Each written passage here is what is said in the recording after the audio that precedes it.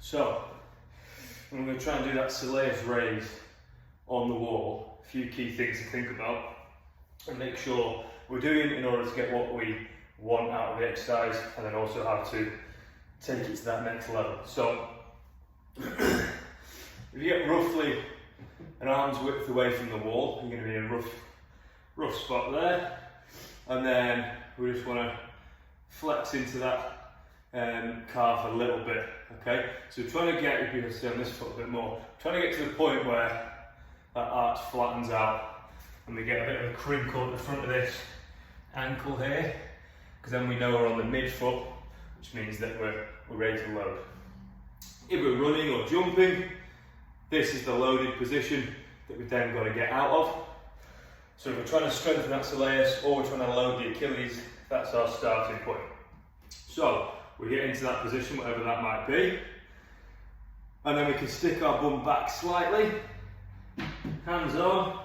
It's going to be a calf raise, okay, but it's really key that nothing else moves. So if you do this, you see I'm just flexing my hip there. The calf's working, but it's not as good as if I can move my whole body with it. That's loading it a bit more because I'm staying on top of that calf.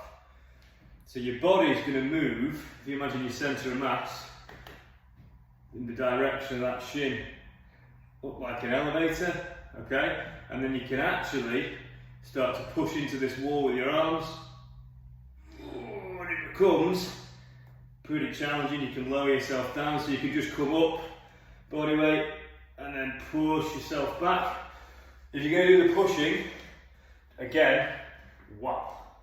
If you're going to do the pushing, make sure that you're pushing the opposite directions of that shin. Yeah, so if you're trying to travel up the shin, you're pushing down that way. You're not just pushing horizontal, because that's going to unload you. That makes sense? So wherever that shin points gives us an indication of where we're trying to apply force. And then if I just push straight back, it doesn't work. If I push down along that shin, suddenly my foot and soleus has got a lot of work to try and control that. If you get that right, you will feel this working overtime, and you are kind of in control of just how hard you can make it. You can really load that up, and it's a very good exercise.